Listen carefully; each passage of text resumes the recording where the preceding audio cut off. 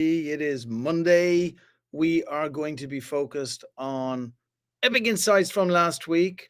We're going to talk with an incredible entrepreneur, one of the entrepreneurs that Expert Dojo has invested in. And we are then going to look at what can help you be able to drive better investment opportunities and be able to grow your company faster in the future. So, as always, in the restream, I kind of start at the beginning looking at last week and say, what is it that happened that has impacted us in like a really good way or impacted our entrepreneurs in a really good way? And then we're going to reinforce there. So let's start with there.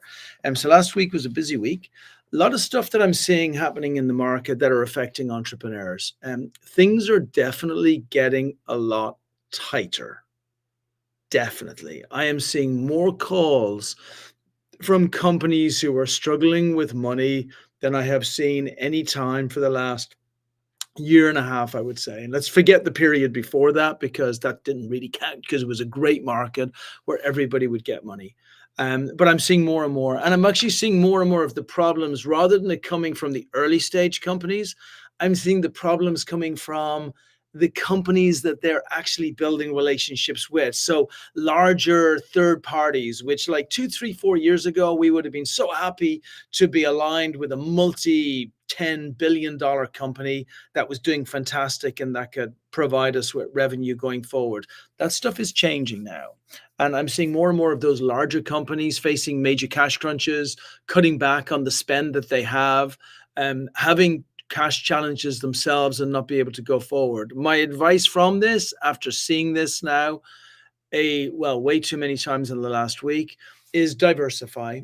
Don't just feel like, hey, being with the large companies is good for the moment. I think the next 6 months are going to be a bloodbath. I think it's going to be really, really difficult for the larger companies. And look, here's the good news as an entrepreneur.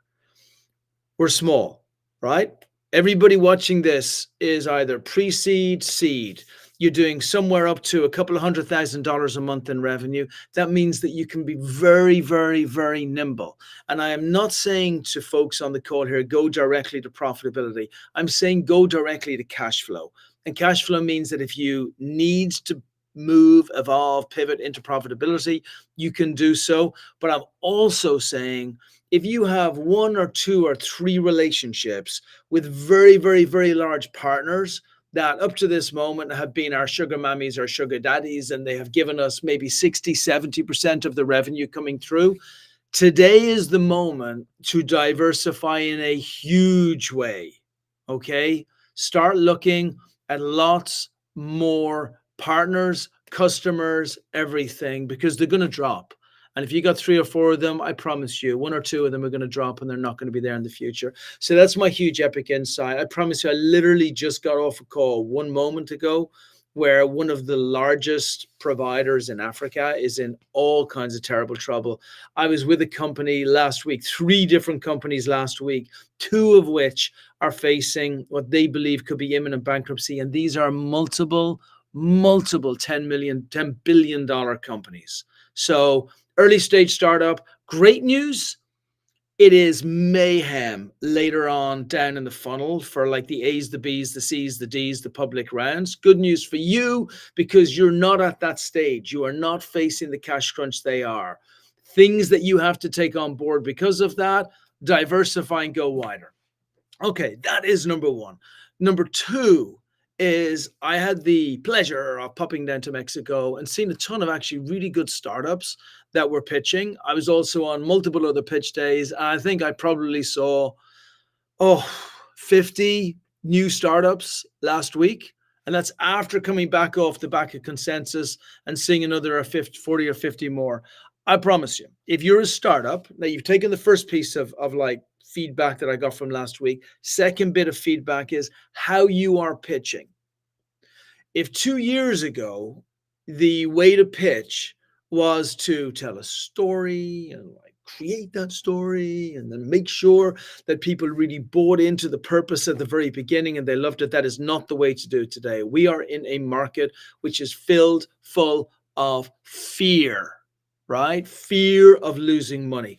And the more startups that fail, worse than that, actually. The more later stage companies that fail, the more people are losing money on the stock market, the more people are losing money on the secondary rounds, the more investors want to hear, how are you going to get to the next round? Remember, an investor only today, right now, today, an investor only cares about one thing.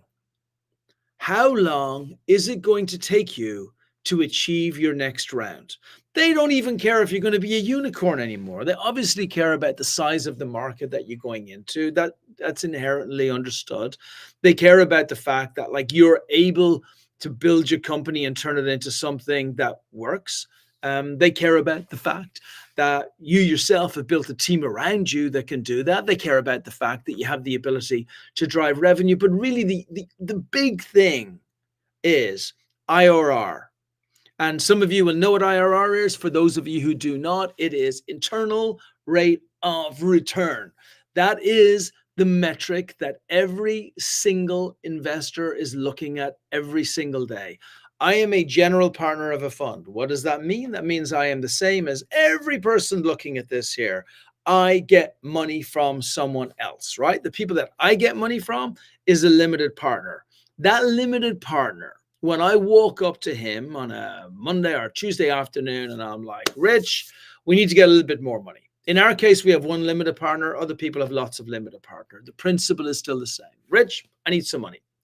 And in Richard's mind, he will be thinking to himself, okay, this $100,000, this $50,000, this $1 million has got multiple opportunities today.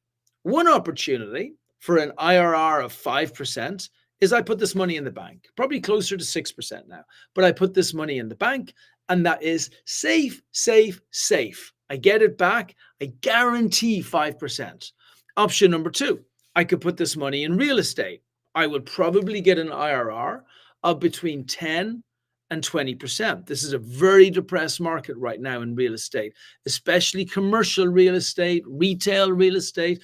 There is plenty of deals out there at 10, 12% return, guaranteed-ish every single year, but at least a very high probability of getting it back.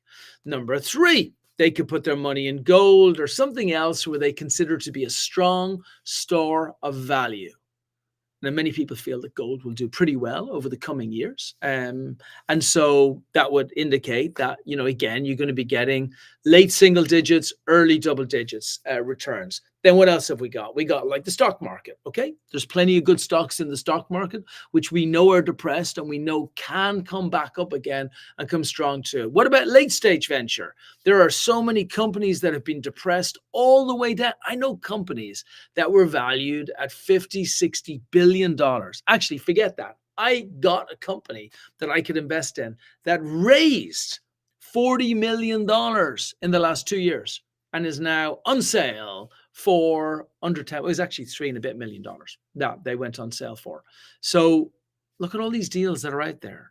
So when you're an early stage startup, when you're creating your deck, when you're going to see investors, when you have this beautiful story about how you're going to change the world, how you're going to make the world a better place, put yourself in the investor's shoes and say to yourself, okay, I am that investor. That is my $100,000 I have right now. There are multiple ranges of IRR. I know that in early stage technology, a normal fund will be looking at an IRR of somewhere between 10 and 20%. That's all it is. An amazing fund who are very lucky, get a couple of really big wins. Maybe they get an IRR, and the IRR is the amount of time it takes for the exit to happen.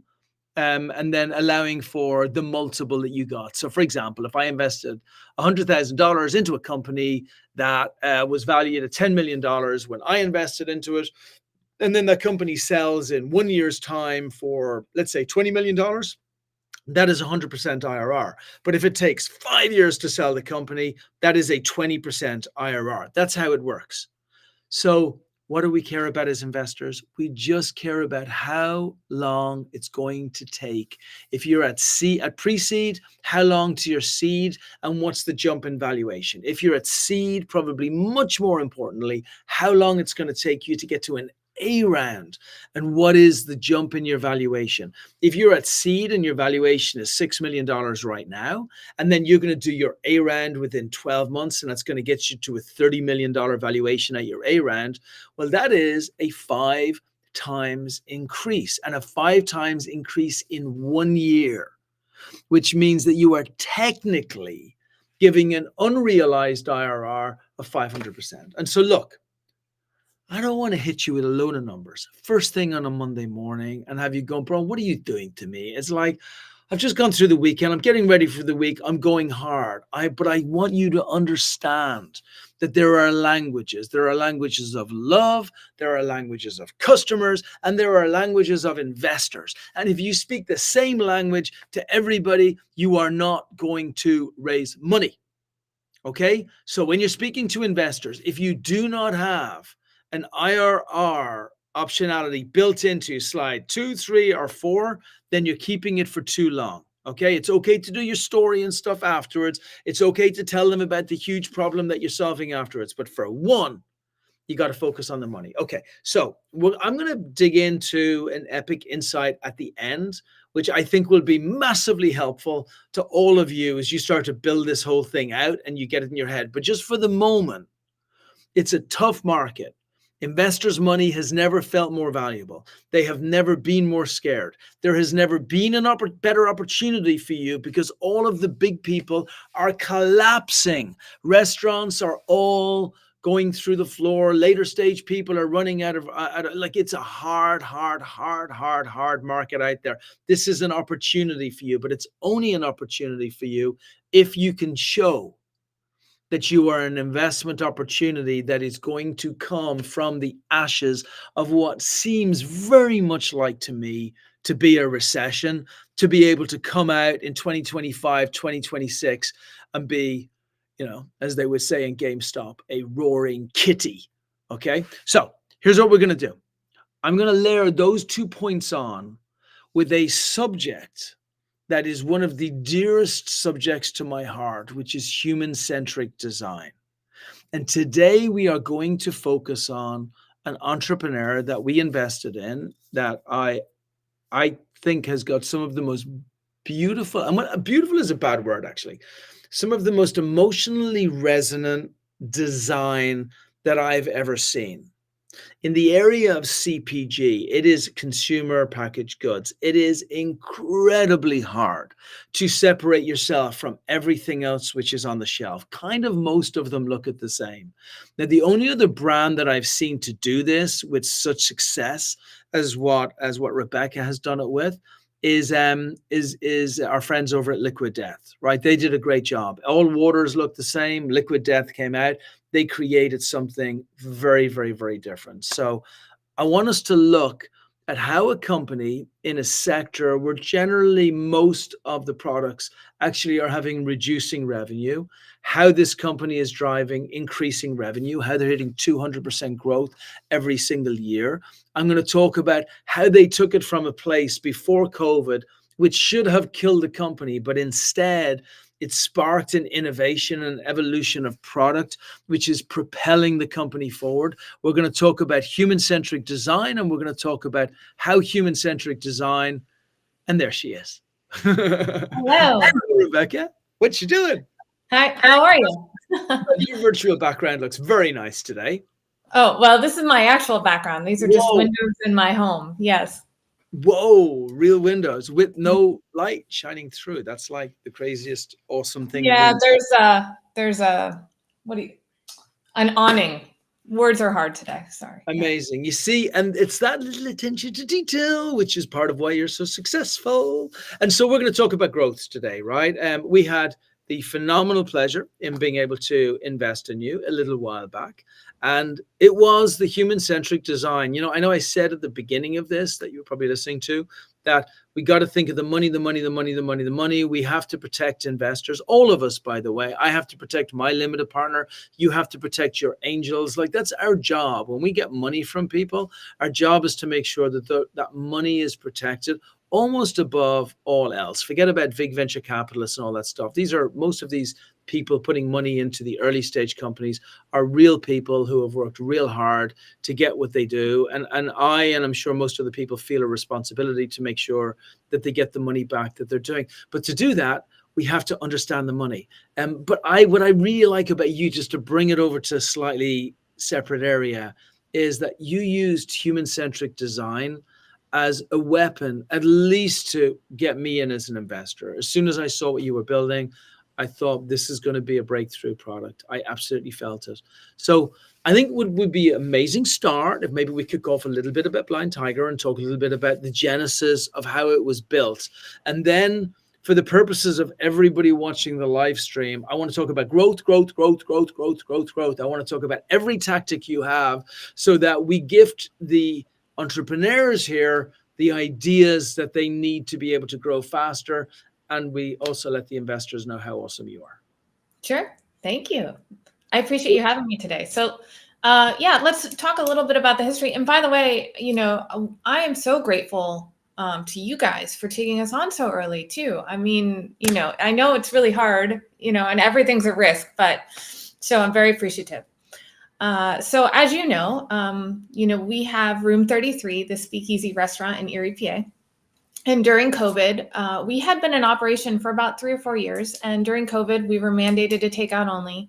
But at the time, 90% of our sales had come from the bar, and we weren't legally allowed to sell alcohol to go in the state of Pennsylvania. So they added it later, just like New York and everybody else did. But at that time, we had to come up with other options or close our doors. And I didn't want to lay off our team. So we started bottling non-alcoholic versions of our cocktails and had a really great response. Had started to see a gap in that market. It had started over in Europe several years earlier and really kind of just started to make its way over into the States, that the non-alcoholic offerings were really starting to burgeon and grow. And just in my travels. So in my insanity, I woke up one day and was like, I wonder if we can't bring this to market. Having never been in the CPG industry, obviously. And went to the team, had this conversation, and they were on board to come up with our original recipes. And we named it Blind Tiger because Blind Tiger is a moniker for speakeasies. So everything that's involved in the brand is tied to the pre and post Prohibition era and the emergence of the Roaring 20s again, which we're back in. So. And I also like when as you say this, you brought brand out like literally at the very beginning, like your first sentence, you mentioned brand. You also talk about alignment of brand. And like as you started to bring this in, you started to create this alignment of brand, put you in a place which is so incredibly powerful. I want to talk a little bit about, I think we might be getting a tiny bit of feedback. No, we're okay. We're fine. Okay. Talk to us about the brand and the design as you built it, because look, as COVID came, like it should have killed you, right? And right. Most of the people, if they were thinking from a linear perspective of like, how do I make this work? Like nobody would have made it through, and most companies didn't make it through. But talk to us a little bit about like that moment when you started to build out the brand. I want to first of all touch on what to you is human-centric design. How did you build out the brand? What type of images were you creating to try and do that? And then I want to dig into a little bit about, as you started then to launch the new brand, what were the specific tactics that you used to get it out to market? Okay. So from the branding build point, we actually did 2 things. We took the glamorous aspect of the Roaring 20s, or the perceived glamorous aspect of the Roaring 20s, but also kind of tied it with a little bit of an Art Deco style. So that it could cover, a couple of decades should we go in one direction or the other. And we did that intentionally with our restaurant too, was to create this immersive experience that was semi-educational, but also kind of provided an opportunity for individuals to just kind of be consumed by the history, but also forward-looking. And so we have this very kind of dark look to a lot of our imagery, these smoky backdrops, very glamorous. And then the Prohibition era, which we had briefly discussed during my tenure with your cohort, when you were talking about the importance of a beast vision, one of the things that came out of that was to drive inclusivity, was to create a product that was both ready to drink as a non-alcoholic cocktail, but also served as a really easy mixer. So anybody, whether they wanted to drink or they didn't, could feel part of the occasion. And Prohibition did that on so many different levels. What a lot of people don't realize is during that time, prior to Prohibition, women were not allowed in bars. The women's right to vote came during that era. There were a whole bunch, the jazz age ensued. And there was this time where people got to get together when getting together wasn't an option, right? So it kind of create and drove that. So we brought that all together and continue to try to produce that in everything that we put forward. Yeah, I love that. And then and within all of the brands, then you had to say, okay, now we have this. We're going to take the non-alcoholic piece, but we're going to make non-alcohol fun. Yeah. And so when you have non-alcohol fun in there, then how did you get that out? And how did you convince, because there's two ways to market, maybe three ways to market, right? You have the retail stores, which is almost, I always think of it as free advertising, are kind of free. Some of them charge now, but almost free advertising, right?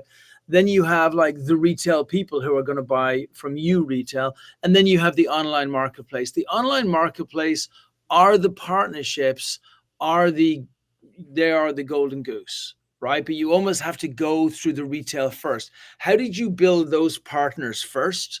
And then what happened with them? Yes. So a lot of groups that were creating the non-alcoholic cocktails and drinks and spirits and wines and everything around the same time, this was still during COVID. And so there wasn't a lot of individuals and companies took advantage of the e-commerce side of things, whereas I kind of navigated it slightly differently. I started to look for opportunities that were available in the retail because I was looking at volumes and velocities versus, starting somewhere smaller. Because when you start in D2C, especially in a very capital intensive type product, it's really hard to push, volumes out in that way than it is in retail. So I started to connect with different groups. There's a lot of different amazing groups that support CPG entrepreneurs. And that's kind of where my focus came. And I very serendipitously, and seems that everything great comes out of California over there. But I also had a group called the Navigator Lighthouse Foundation that supported women and minority CPG entrepreneurs and really helped them build everything they need to get into retail. And that group was very tied to the California Grocers Association. So a lot of those relationships came kind of, instinctively through them, at the onset. So today our business model, although I want to continue to produce more on the e-com front, is probably about 75-25. And, we're conducting a raise to kind of help build, because I believe the brand build from the e-commerce side is wildly important to support the retail growth as you move forward. Yeah, one will drive to it. So what type of tactics did you use for the e-commerce growth versus what you did in retail? And how many retail stores did you get into? So today we're in a little over 1,000 retail stores, but we're in conversations with other groups right now, which has been great. So we're around the country. What's interesting is, every industry has its way of how you should do things. And I probably didn't do it the way everybody tells you want to do it, right? So a lot of people tell you should go deep in the area that you know.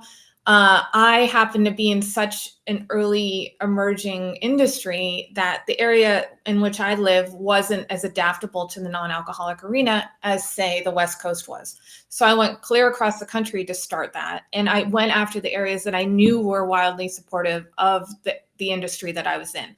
So I just hyper targeted those arenas. So whether it was non-alcoholic bottle shops or retailers that were looking to get into the non-alcoholic sector, it was just constant pursuit of buyers and people that wanted to know more about this market and where to put us, and individuals like us. And then it became more emotional. It became, hey, I had a business. This is how it came to be. This is the story that I have to tell.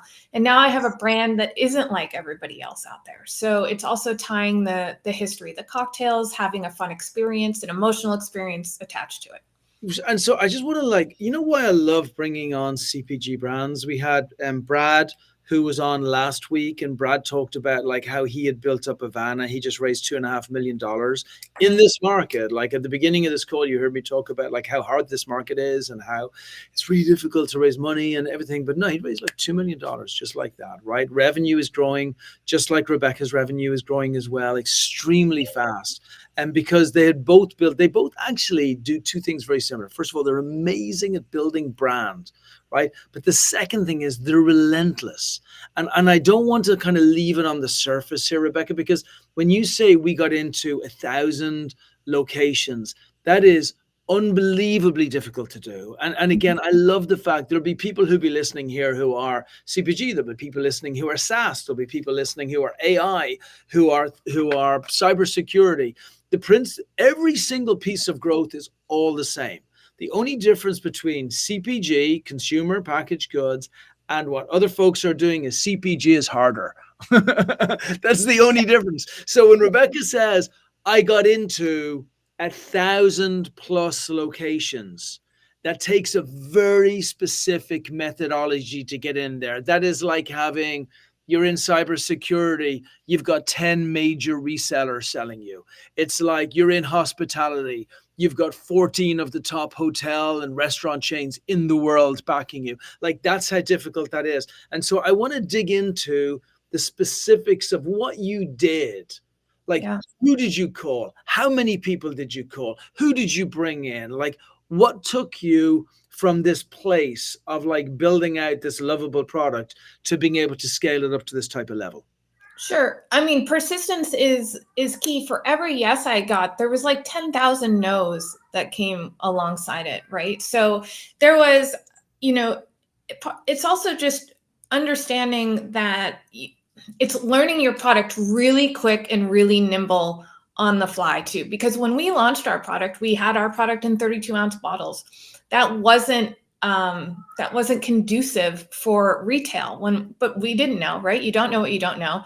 And you have to determine, like, either you fail fast and move on, or you try to trudge it out. And I was just of the mindset that, okay, this isn't going to work. And as heartbreaking as it is when you're going through the process, you just keep pushing through, what isn't working and the negative part that comes with it. So I knew we had to evolutionize our product. We ultimately ended up in the little slim can options now, which seem to be wildly more successful than the bottles were. And every day I was calling on the different buyers. I was looking up every buyer.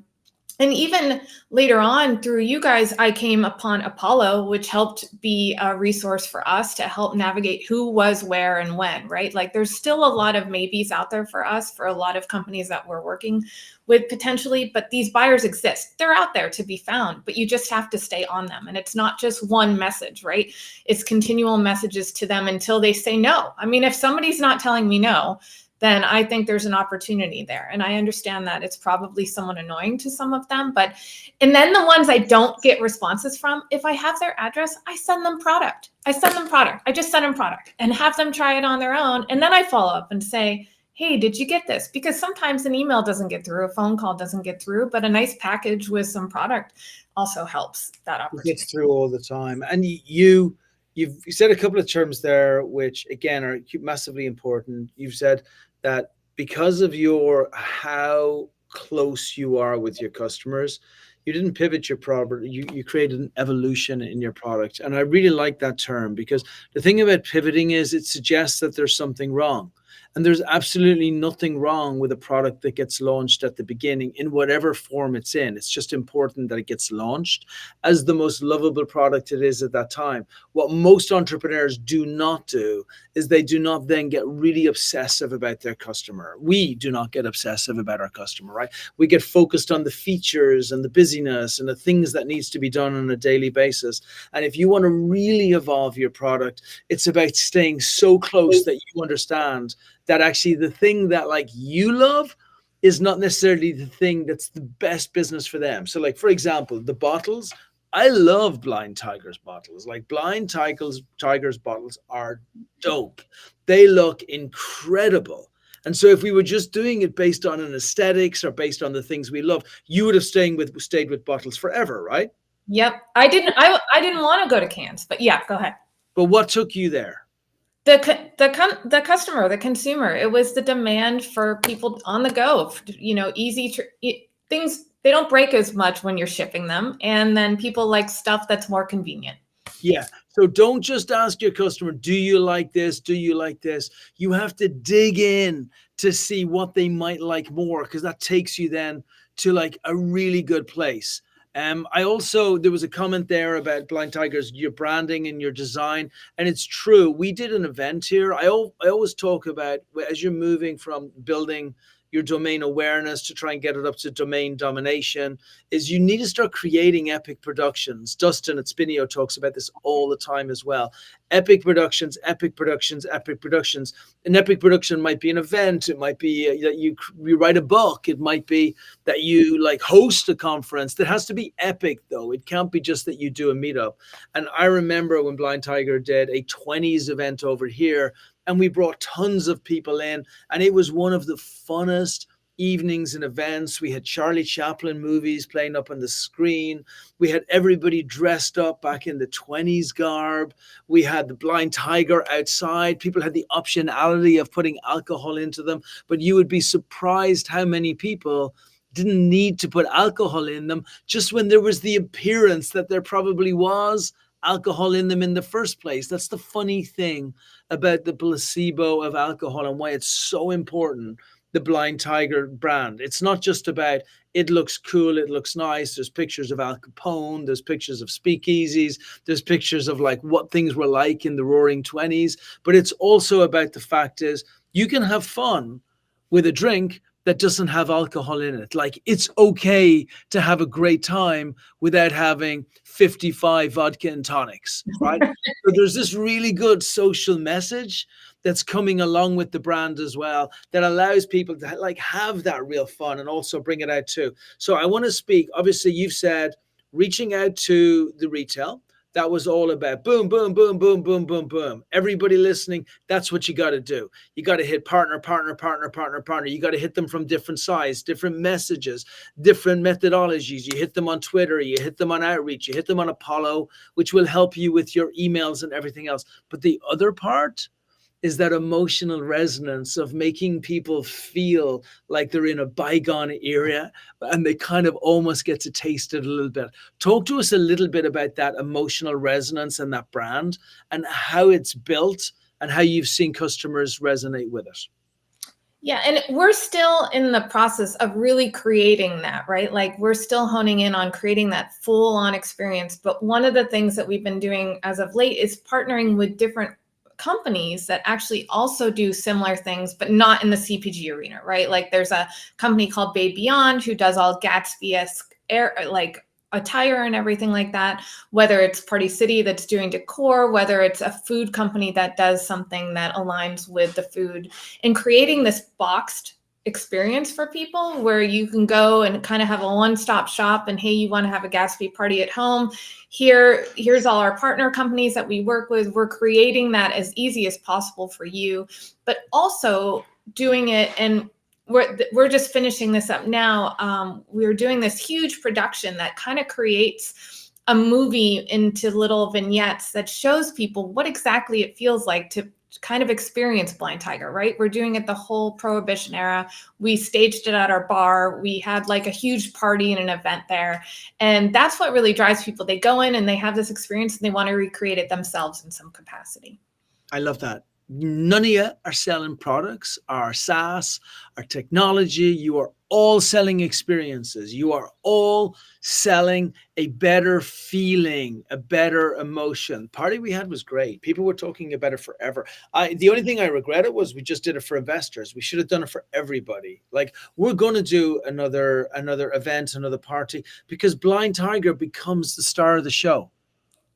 I'd love it. You got to come out to New York.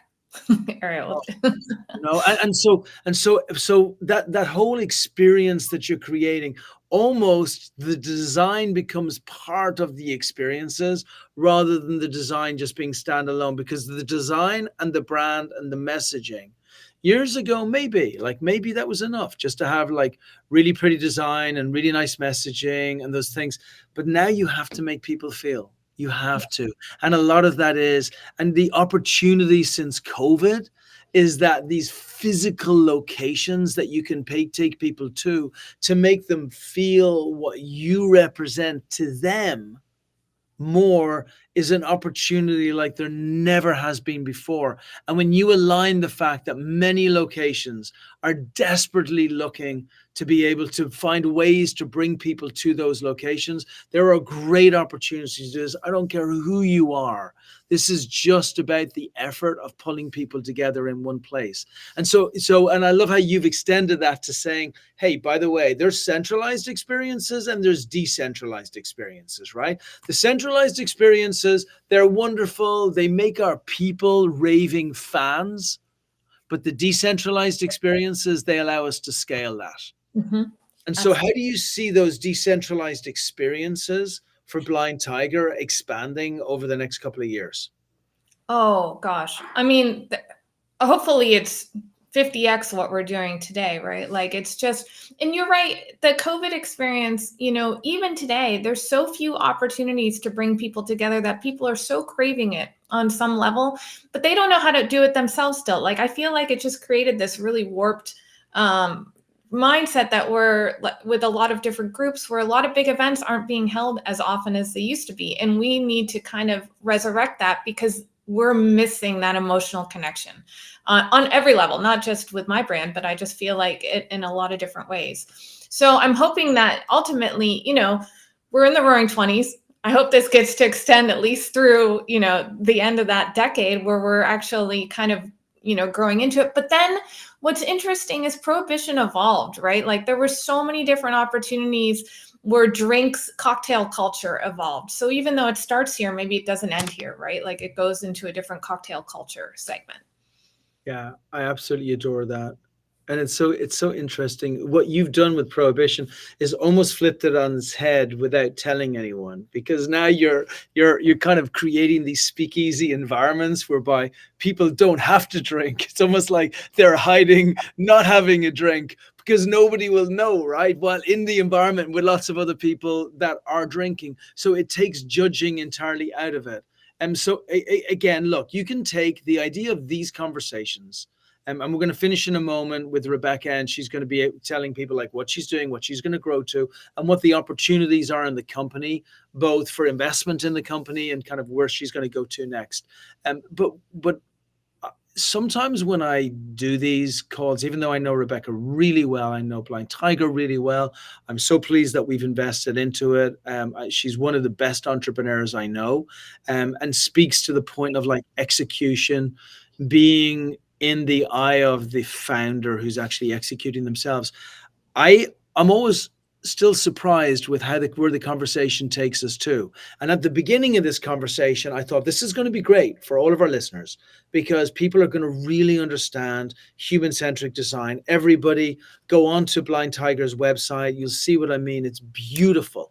If you go into one of the stores, in one of the 1,000 locations where Blind Tiger are already, you'll see these incredible displays whereby the Blind Tiger is there. There's these like these cardboard cutouts that you look at. And so for me, it was like, oh yeah, this is going to be a talk about human-centric design, about creating branding around that design, about separating yourself from everyone else. I'm going to align that with like the garbage I see in most conferences where you see like 500 booths where they're all the damn same and they look terrible and they have a tablecloth over the front. Maybe they have a TV on the back, but they're boring, boring, boring, boring, boring. I was going to say, this is how you have to think. The first impression of your brand is the only impression that matters because you'll never change it if you're not leading with it in the first place. And so you have to wow people with your brand. You don't get a choice to do that. And then as the conversation went along, I thought, actually, no, hold on a second. That stuff's important, but it's not as important as what Rebecca is bringing out about the fact of build partnerships and lots and lots and lots and lots and lots and lots and lots of partnerships and make sure that you're like on the phone all the time, calling people and making sure that those people are in your corner. And I thought, wow, that's really good because that ties into exactly what we were talking about earlier, what I was speaking to at the very beginning of the restream. But then we moved to the next level, which is actually what this world is craving right now for is experiences.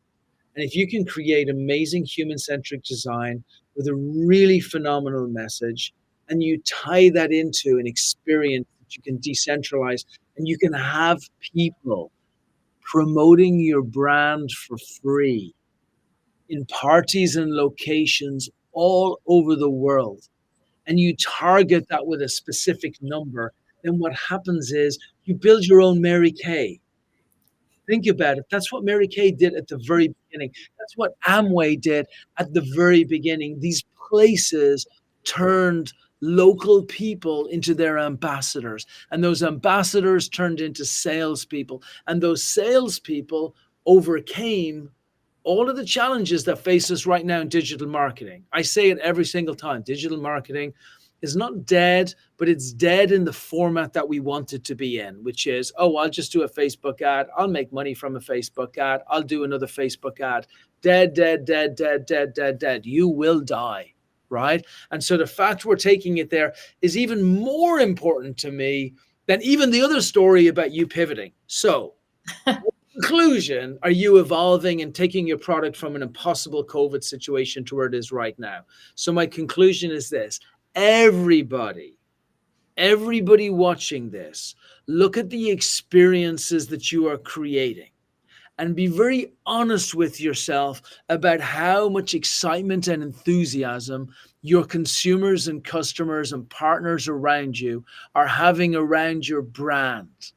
How interesting are you in that conference of thousands of other booths that are around you? How much of an effort are you making to take the experiences you have and really bring it out to the world to create something really special? Really.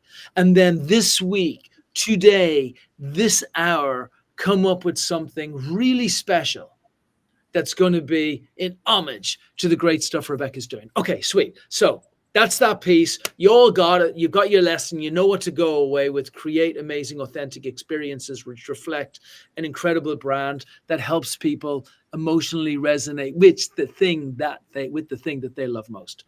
That's that. Okay, now over to you, Rebecca. Last 2 or 3 minutes. Tell us about the future of the brand. You've gone through 200% growth this year, 200% growth last year. You're going to do 200% growth this year. Talk to us about going forward in 2025. Talk to us about the money that you're raising, what you're going to be raising it for, and how anybody can engage in Blind Tiger, including having a party around their place.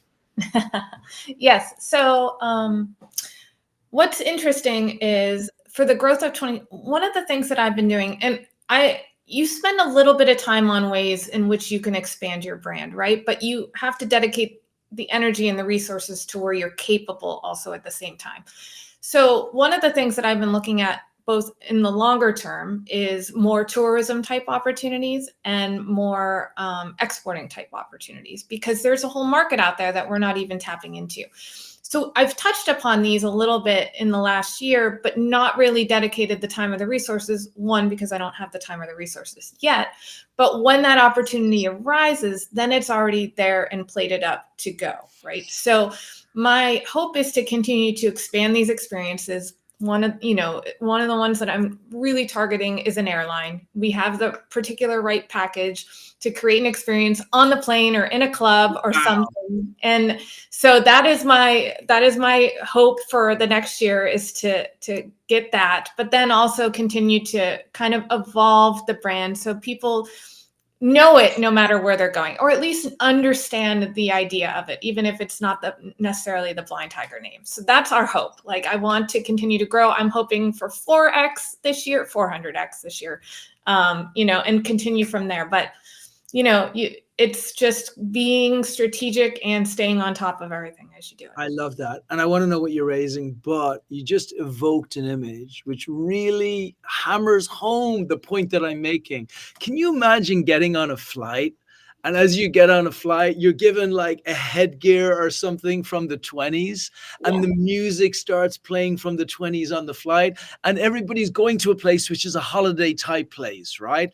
And it's sponsored by whatever hotel or whatever is in that place because they want to get their name out. So they're paying the airline to be able to do that. And they bring in the blind tiger, and the airline come out with these cocktail glasses, and they put a blind tiger, and everybody has the choice of putting a little bit of alcohol into it or not. Can you imagine how much that will change how people are on that flight when they're going to their destination? It changes everything. The other thing as well is there's a lot of airlines, right?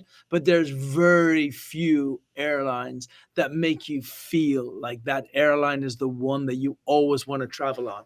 And so just that on its own is so huge, and something that an airline itself would never be able to think up. But when you put the thought in their mind, that is social media gold. Yes, I would love it. I would love it. I want to go on that plane. I want to go on that plane. Okay, now I want to do a party. Okay, so how much are you raising, and what's that going to take you to? So we're raising $1 million.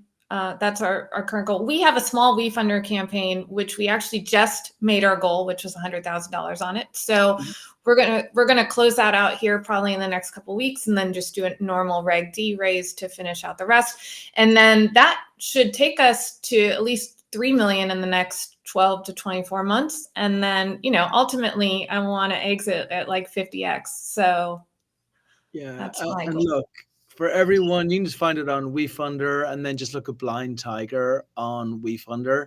And the product is so much fun. It's so amazing, and it's so incredible. And it's all because of Rebecca and her partner. Products don't become that way on their own. Most products stay bland and a little bit boring because it's very hard for us to think this far outside the box. So go way outside your box today. Judge yourself with Rebecca and her team as the bar. That's your bar. If you're not there, you're not trying hard enough. I love, it's really funny, even Aaron coming in there and saying virgin, as it's true. You see, and suddenly your mind, it starts to evoke these things because you already think of which are the most progressive airlines that will actually be able to come out with that. Thank you, Craig. I appreciate that. Also, Maciel also on. Greg loves hearing about CPG growth. And now everybody's got an amazing experience to go after. So Rebecca, everybody's got it. This is obviously live now. It's then going to restream later in a bunch of different places. Everybody is going to be hugely impressed. If anybody wants to come over to the Speakeasy, where should they drop over to? Well, they got to come to Erie, PA. I don't know if it's in anybody's pathway, but not so hard as long as there's a plane going there with a party on the plane. Right. Okay. Everybody knows how to support. We invested, right? I don't interview people that I just like the stuff they're doing. We've invested in this company. We love this company. We love the fact that they're growing at 200%. Remember, as an investor, other than the fact that we just want to know when you're going to get to the next round, how long it's going to take, and what the increase in price is going to be, the increase in value is going to be, we also want to be able to see 200% growth in a company, or 100 or 300. And like if Rebecca says 400, wonderful. That's just a little birthday present, because that takes us past that $1 million a month in revenue, where we know the company is something that can be bought by someone else, acquired by something else, even start to think about going public. So huge opportunities. Rebecca, you're an animal. And for anybody to speak to you, to reach out to you, how can they do that? They can email me, Rebecca@blindtigerspiritfree.com. I'm on LinkedIn. I'm always on LinkedIn. So, and every social media, Blind Tiger Cocktails at Blind Tiger. Yeah, wonderful. And again, if anybody goes on to WeFunder, which is the place that we would love to push you to, then you can also just do a message in WeFunder, and that will go straight through to Rebecca as well. And whether you invest in the WeFunder, I don't know. I invest in WeFunders. We did a WeFunder before. Like, you can put like $100 or $200 into it, right? But like, even if you just love what she's done and what she's built, just take the WeFunder, share it, put it out there, put it on your social, talk about it, get the word out, because at the end of the day, that's all we really want. So yeah, amazing. You're the best of the best, Rebecca. Thank you so much. My pleasure. I shall bid you adieu. Okay. Goodbye. Right. And I will finish with epic insights that we're going to, let's do a little bit of this. There we go. It brings me right back up again. So, it's really funny because I I always start these calls with a very particular feel as to this is what happened last week, which will kind of lead to an epic insight in the end. And then I like have a chat with Rebecca, and it brings up something which is like a way bigger epic insight. But before I talk about it, I'm going to answer Aaron's question, which is about are safes going out of style? No, we still do lots of safes. Lots of other people still doing lots of safes. You know what's going out of style? Lots of people investing. People are investing a lot slower now than they were investing before. I promise you, like these things that we talk about on this show of like the parallel of how do you grow faster and stronger, what is like one huge thing that you can take out of this that you can implement immediately that can help your growth go stronger, aligned with help investors see how you're going to be able to hit these 100 200% growth trajectories starting from 20-30K a month. And if you're doing those two things, you will raise money, right? But you have to do all of the points of outreach and everything else to make sure that you get there. I absolutely I was going to talk a little bit about what I'm doing this week. I'm actually going to go and interview one of the original people from War Dogs. And I'm going to align lessons in startup. There's actually a lot of lessons that align between one of the fastest growing munition dealers in the world and actually starting up your own company. So I'm going to go down to Orange County and do that. But it also reinforces a little bit about what Rebecca was saying about building these epic experiences. I want to follow my epic insight with actually what she said and just say, like, go out and build an epic production, right? Whether that epic production is multiple people that are going to be creating experiences for you, whether it's one experience you're going to do, whether it's that you have thought leadership groups with your potential customers that you pull together in one place, whether it's a podcast that you launch like this, whether it's a book that you write for specialty information about your specific industry. You need to do something. You don't have a choice. You can't just be in your office, do your code, and hope that the digital world is going to take it out there. You have to be seen as being special, because otherwise, what you going to do? And I'm going to steal Jack's wow for like this final segment, even though he didn't put it for me at all. He put it for Rebecca, but I'll take it anyway and I'll stick it in there because I control the screen. I hope this has been really useful. Please go and do something from this. Don't just listen to it and say, well, that was a great entrepreneur. That's incredible. She's growing. Take inspiration that every single week I'm able to find entrepreneurs that we have invested in who are growing at 200% growth and getting stronger and stronger and stronger in a market that is getting weaker and weaker and weaker. Take direction from the things that they are doing that is helping them get to that type of growth. So you can take one thing in that week and implement it. I don't even mind if you do one thing in that month and implement it, but you have to outreach. You have no choice. You have to emotionally resonate with your customer. You have no choice. You have to create an epic production. You have no choice. You have to create a lovable product where you are obsessing with your customer. Again, you have no choice. And even though I put investment as last, you have to take advantage of this market by having the cash flow to be able to do the things you need to do to dominate. So on that point, go out, dominate, build something awesome this week. Make me happy. By like next week, when I come back up here again, share with me something incredible that's happened with you that I can use for inspiration for folks out there as well. And that way, together, we build out a bunch of phenomenal companies which are making you a ton of money, and maybe me as well. Wouldn't that be nice? Okay.